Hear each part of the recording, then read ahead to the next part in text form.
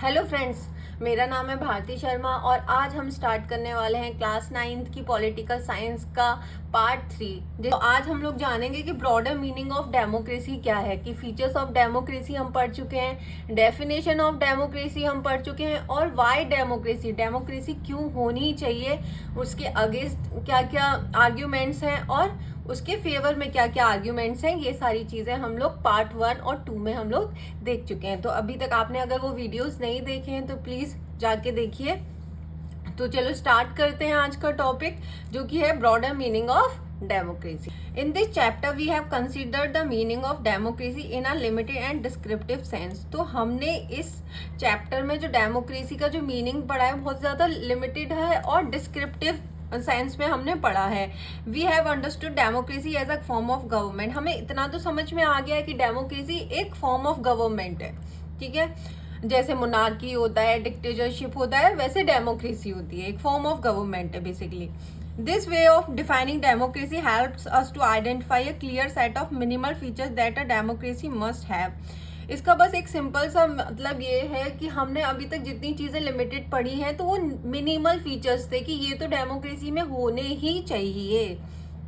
The most common form that democracy takes in our times is that of representative democracy। तो सबसे ज्यादा most common form जो है democracy की जो हम आज के टाइम में देख रहे हैं वो क्या है, रिप्रेजेंटेटिव डेमोक्रेसी है।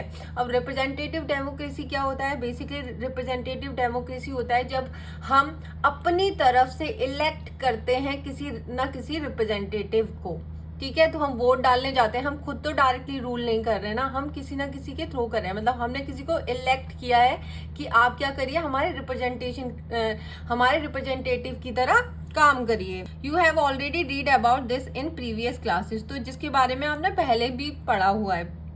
In the countries we call democracy all the people do not rule. तो जो भी कंट्रीज है जहाँ पे हम बोलते हैं कि डेमोक्रेसी, वहाँ पे सारे लोग जो है रूल नहीं करते हैं। क्लियर है, ऐसा नहीं है कि सबके सब रूल कर रहे हैं कि मैं भी यहाँ का पीएम हूँ, यहाँ का पीएम मैं हूँ, ऐसा बिल्कुल नहीं है। A majority is allowed to take decision on behalf of all the people. एक मेजोरिटी जो है वो चुनती है, एक डिसीजन लेती है सारे लोगों के बिहाफ में। अब अभी के टाइम पे इलेक्शन हुए थे, लोकसभा के इलेक्शन, तो जो मेजोरिटी मिली जिस पार्टी को, वही उसी की तो गवर्नमेंट बनी है, ठीक है। तो एक मेजोरिटी ही डिसाइड करती है कि कौन लोग क्या करेंगे, रूल करेंगे।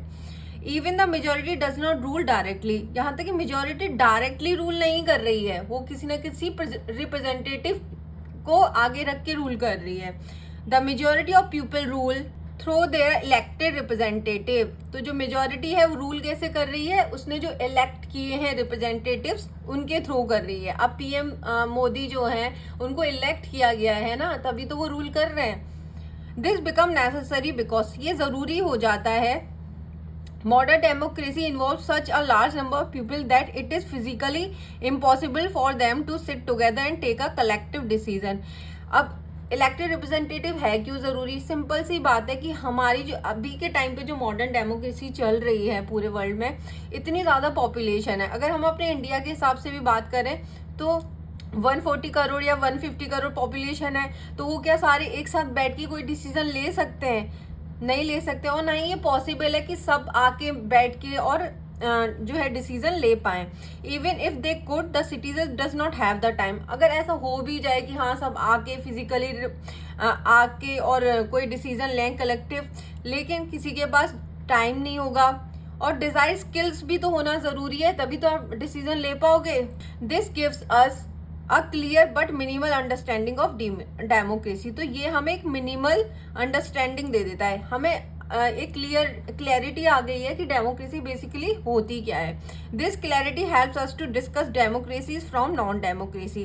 तो जितना हमने पढ़ा है ना, उससे हमें इतना पता चल जाता है कि डेमोक्रेसी जहाँ पे होती है वहाँ पे कौन कौन से फीचर्स होते हैं और जहाँ पे नहीं होती है, नॉन डेमोक्रेसीज है, वहाँ पे क्या क्या होता है। इतना हम डिस्कस कर सकते हैं, हमें इतना डिफ्रेंशिएट करना आ गया है कि डेमोक्रेसी क्या होती है और नॉन डेमोक्रेसी क्या होती है। But it does not allow us to discuss between a democracy and and a good democracy. लेकिन हमें ये नहीं पता है कि डेमोक्रेसी क्या होती है और एक अच्छी डेमोक्रेसी क्या होती है। तो हमें डिफ्रेंशिएट ये तो करना आ गया है कि डेमोक्रेसी होती है और एक नॉन डेमोक्रेसी होती है। डेमोक्रेसी होती है जहाँ पे इलेक्टेड रिप्रेजेंटेटिव होते हैं, जहाँ पे लोगों के पास राइट्स होते हैं, जो इलेक्टेड जो रिप्रेजेंटेटिव होते हैं उन्हीं के पास फाइनल पावर होती है। तो ये सब तो हमें पता है। और नॉन डेमोक्रेसी जो होती है वहाँ पे इलेक्टेड जो है रिप्रेजेंटेशन नहीं होता है, वहाँ पे लोगों के पास राइट नहीं होते हैं, या कहीं पे पार्टी सिस्टम इस तरीके का होता है। तो ये सारी चीज़ें हमें वहाँ तो देखने को मिल जाती हैं। लेकिन जब हमसे कोई बोलते कि डेमोक्रेसी और गुड डेमोक्रेसी क्या होता है, तब तो हम अटक जाएंगे ना, क्योंकि हमें नहीं पता है कि गुड डेमोक्रेसी जैसी क्या चीज़ है। It does not allow us to see the operation of democracy beyond government. तो इससे हमें ये नहीं पता चलता कि डेमोक्रेसी के बियॉन्ड गवर्नमेंट कैसी होती है। For this we need to turn to broader meaning of democracy. और ये समझने के लिए ना हमें ब्रॉडर मीनिंग को जाना पड़ेगा डेमोक्रेसी के। Sometimes we use democracy for organisations other than the government. तो समटाइम्स हम डेमोक्रेसी का अलग अलग ऑर्गेनाइजेशंस में भी यूज करते हैं। सिर्फ ऐसा नहीं है कि गवर्नमेंट में ही डेमोक्रेसी होती है, नहीं, हम पूरे स्फेयर ऑफ लाइफ में इस चीज़ का यूज करते हैं, ठीक है। तो कभी कभी ऑर्गेनाइजेशंस में भी हम डेमोक्रेसी का यूज करते हैं। Just read these statement. तो ये स्टेटमेंट्स दिए हुए हैं, उनको पढ़ लेते हैं। We are a very democratic family. हम लोग जो है एक डेमोक्रेटिक फैमिली में रहते हैं। Whenever a decision has to be taken we all sit down and arrive at a concerns.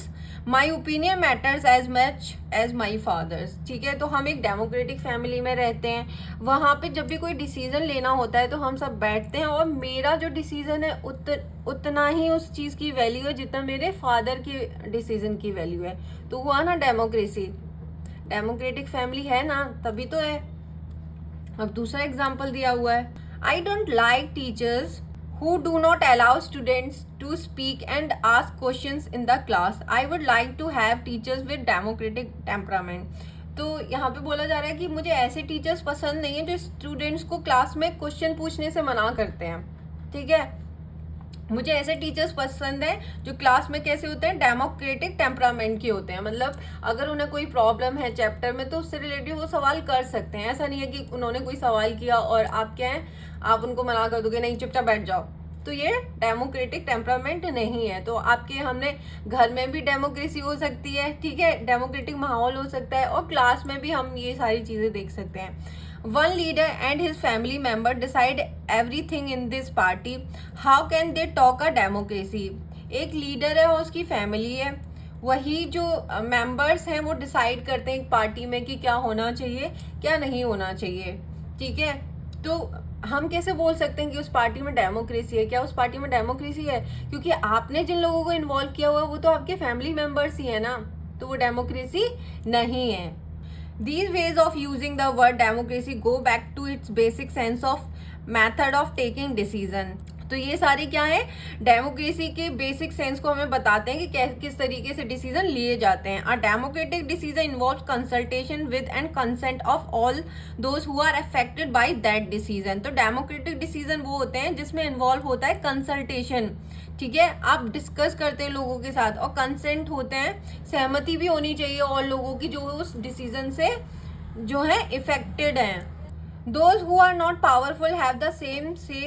Those who are not powerful have the same say in taking the decision as those who are powerful.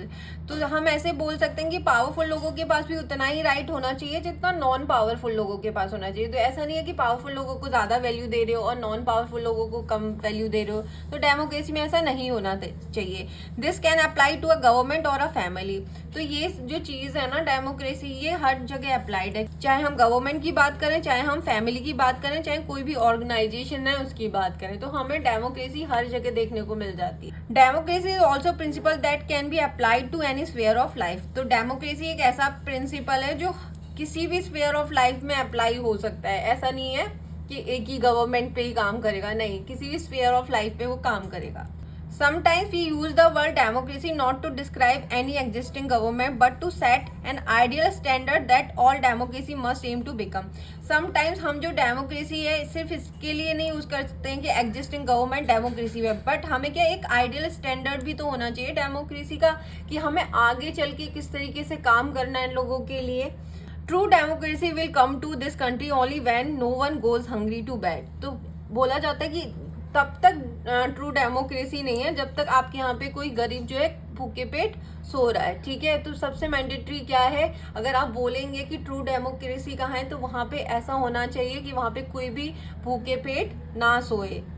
In a democracy every citizen must be able to play equal role in decision making. For this you don't need just an equal right to vote. Every citizen needs to have equal information, basic education, equal resource and a lot of commitment. तो democracy में सिर्फ इतना काफ़ी नहीं है कि आप equal role play कर रहे हो डिसीजन मेकिंग में, ठीक है, कि इक्वल राइट टू वोट होना चाहिए, इतना काफ़ी नहीं है। आपके पास होना चाहिए इक्वल इन्फॉर्मेशन होनी चाहिए, बेसिक एजुकेशन होनी चाहिए, इक्वल रिसोर्सेज होनी चाहिए और बहुत सारे कमिटमेंट होने चाहिए। क्लियर है? If we take these ideals seriously then no one country in the world is a democracy. अगर हम जो आइडल्स हमने पढ़े अभी तक तो उसको देखें तो कोई भी कंट्री वर्ल्ड में डेमोक्रेसी नहीं है, क्योंकि ऐसा कोई देश नहीं है जहाँ पे पॉवर्टी नहीं है, गरीबी नहीं है, जो भूखे पेट लोग नहीं सो रहे हैं। ऐसा कोई भी कंट्री नहीं है, ऐसा कोई कंट्री नहीं है जहाँ पे जो है सबको इक्वल रिसोर्सेज दिए जा रहे हैं, या बेसिक एजुकेशन है उनके पास, या इंफॉर्मेशन है उनके पास। ऐसी कोई भी परफेक्ट कंट्री कहीं भी नहीं है। Yet an understanding of democracy as an ideal reminds us of why we value democracy. लेकिन हम इतनी समझ रखते हैं कि ये क्या है, एक आइडल है कि हमें क्यों वैल्यू करना चाहिए डेमोक्रेसी को। इट इनेबल्स अस टू जज an existing democracy and identify it's weakness. कि हमारे पास जो एग्जिस्टिंग डेमोक्रेसी है वो तो है ही, लेकिन उसमें कुछ ना कुछ अगर कमियां हैं तो हम उसको क्या कर सकते हैं, डिसॉल्व कर सकते हैं। तो हर जगह वीकनेस होती है, ऐसा नहीं है कि डेमोक्रेसी है तो एकदम परफेक्ट चीज़ है, उसमें कमियां नहीं है, ऐसा नहीं है। हम उन चीज़ों पे, वीकनेसेस पे काम कर सकते हैं और एक आइडियल डेमोक्रेसी बना सकते हैं। It helps us to discuss between a minimal democracy and a good democracy. और ये चीज़ हमें हेल्प करेगी कि मिनिमल डेमोक्रेसी क्या होती है और गुड डेमोक्रेसी क्या होती है। Clear? In this book we do not deal much with this expand notion of democracy, ठीक है। हमने जितना पढ़ा है इस बुक में हम इतना ही पढ़ेंगे कि डेमोक्रेसी बेसिकली होती क्या है, किस तरीके से, मतलब हम इस चैप्टर में ज़्यादा नहीं पढ़ेंगे डेमोक्रेसी में, बहुत बेसिक सी चीज़ें पढ़ेंगे। Our focus here is with some core institutional features of democracy. यहाँ पे हमारा जो फोकस है वो जो कोर फीचर्स हैं डेमोक्रेसी के उन पे है।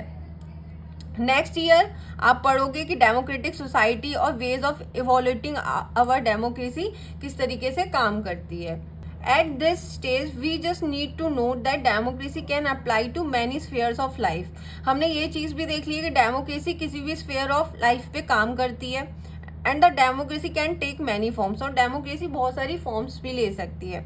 There can be various ways of taking decision in a democratic manner, और यहाँ पे बहुत सारे तरीके हो सकते हैं कि कैसे हम डेमोक्रेटिक मैनर से डिसीजन ले सकते हैं, as long as the basic principle of consultation on an equal basis is accepted. तो बेसिक प्रिंसिपल जो है कंसल्टेशन है, जो हर किसी के द्वारा क्या है, एक्सेप्टेबल है। The most common form of democracy in today's world is rule through people's elected representative. तो सबसे कॉमन फॉर्म ऑफ डेमोक्रेसी जो हम वर्ल्ड में इस टाइम पे देखते हैं वो क्या है, लोगों के द्वारा जो इलेक्टेड रिप्रेजेंटेटिव्स हैं वही हर जगह मिल रहे हैं। We shall read more about that in chapter 3। इसके बारे में आप चैप्टर 3 में और ज़्यादा पढ़ोगे। But if the community is small there can be other ways of taking democratic decision. लेकिन अगर कम्युनिटी छोटी है तो वहाँ पे इलेक्शन कराने की आपको ज़रूरत नहीं है कि आपके वहाँ भी इलेक्टेड रिप्रेजेंटेटिव्स होंगे, नहीं, आप डायरेक्टली वहाँ पे डिसीजन ले पाओगे, ठीक है। All the people can sit together and take decision directly. तो वहाँ तो छोटी कम्युनिटी है तो आप बैठ सकते डायरेक्टली डिसीजन ले सकते हो। दिस इज हाउ ग्राम सभा should work in a village. इसी तरीके जो विलेजेस में जो ग्राम सभा होती है वो आराम से जो लोग हैं, कुछ लोग बैठ के अपना डिस्कस कर लेते हैं कि गांव के लोग आ जाते हैं, अपना जो भी गांव के लिए काम करना है या कोई लॉ बनाना है अपना आपस में वो डिसाइड कर लेते हैं। वहाँ तो इलेक्शन कराने की जरूरत नहीं है कि हाँ कौन कौन इस मीटिंग में बैठेगा या कौन सा लॉ हमें पास करना है, ठीक है। तो छोटी कम्युनिटी है तो वो आपस में ही डिस्कस करके सारी चीज़ें कर लेते हैं। Can you think of some other democratic ways of decision making? क्या आप इसके अलावा भी कोई डिसीजन मेकिंग डेमोक्रेटिक वे है तो वो सोच सकते हैं। This also means that no country is perfect democracy. इसका सिंपल सा मतलब है कि कोई भी कंट्री एक परफेक्ट डेमोक्रेसी तो नहीं है। The features of democracy that we discussed in this chapter provide only the minimum condition of a democracy. यहाँ पे हमने इस चैप्टर में मिनिमम जो कंडीशंस होती हैं डेमोक्रेसी की, उसके बारे में हमने पढ़ा कि ये चीजें तो होनी ही चाहिए, ठीक है। That does not make it an ideal democracy, लेकिन इससे कोई आइडल डेमोक्रेसी नहीं बन जाती है। Every democracy has to try to realise the ideals of democratic decision making. तो हर जो डेमोक्रेसी है उसको ट्राई करना चाहिए कि हम उस डेमोक्रेसी को कैसे आइडल बना सकते हैं। This can not be achieved once and for all. और ऐसा नहीं है कि एक ही बार में ये जो भी उसमें बुराइयां हैं डेमोक्रेसी में कि आइडल नहीं है, ठीक है, तो एक ही बार में वो चीज जो कमियां हैं वो दूर हो जाएंगी। ऐसा नहीं होगा कि एक बार में खत्म हो जाए। This require a constant effort to save and strengthen democratic forms of decision making. इसके लिए क्या है, आपको कॉन्स्टेंट एफर्ट करना पड़ेगा, लगातार कोशिश करनी पड़ेगी कि आप कैसे जो डेमोक्रेटिक फॉर्म है उसको मजबूत बना सकते हैं। What we do as citizen can make a difference to making our country more or less democratic। ठीक है, सिर्फ ऐसा नहीं है कि गवर्नमेंट को ही सब कुछ करना है, ठीक है, ऐसा बिल्कुल नहीं है। जो सिटीजन्स हैं उन पे भी बहुत सारी चीज़ें डिपेंड करती हैं। वही सिटीजन डिफरेंस क्रिएट कर सकते हैं कि कैसे हमारी जो कंट्री है वो लेस और मोर डेमोक्रेटिक है। This is the strength and the weakness of the democracy. और जो सिटीजन्स होते हैं वही स्ट्रेंथ होते हैं और वीकनेस होते हैं डेमोक्रेसी के। The fate of the country depends not just on what the rulers do but mainly on what we do as citizen. तो सिर्फ डेमोक्रेसी, किसी भी कंट्री का फेट सिर्फ इस चीज पे डिपेंड नहीं करेगा कि क्या वहाँ के रूलर्स कर रहे हैं, बट ये इस चीज पे भी डिपेंड करेगा कि एज अ सिटीजन हम अपनी कंट्री के लिए क्या कर रहे हैं। This is what distinguished democracy from other government. तो यही जो डेमोक्रेसी है, स्पेशल डेमोक्रेसी है, वो दूसरी गवर्नमेंट्स ऑफ फॉर्म से इसको अलग करती है। Other forms of government like monarchy, dictatorship और one party rule do not require all citizen to take part in politics. चाहे वो मोनार्की है, डिक्टेटरशिप है, वन पार्टी रूल है, वहाँ पे लोगों के पास राइट ही नहीं है कि वो पॉलिटिक्स में क्या कर सकें, पार्टिसिपेट कर पाएं या टेक पार्ट कर पाएं। In fact most non democratic government would like citizen not to take part in politics. In fact ये नॉन डेमोक्रेटिक गवर्नमेंट में है कि वहाँ के जो लोग हैं वो पार्टिसिपेट ही ना करें बिल्कुल पॉलिटिक्स में। But democracy depends on active political participation by all the citizen. But democracy depend करता है कि लोग जो है ज़्यादा से ज़्यादा पार्टिसिपेट करें, पॉलिटिकल पार्टिसिपेट करें।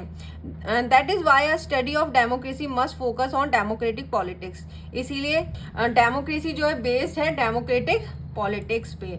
इसी के साथ आज का जो चैप्टर है वो खत्म होता है। अगर आपको मेरे वीडियोस अच्छे लगते हैं तो प्लीज़ मेरे वीडियोस को लाइक करिए, शेयर कीजिए और मेरे चैनल को सब्सक्राइब करिए ताकि आपको आने वाली वीडियोस मेरी मिलती रहें। तो थैंक यू फॉर वॉचिंग।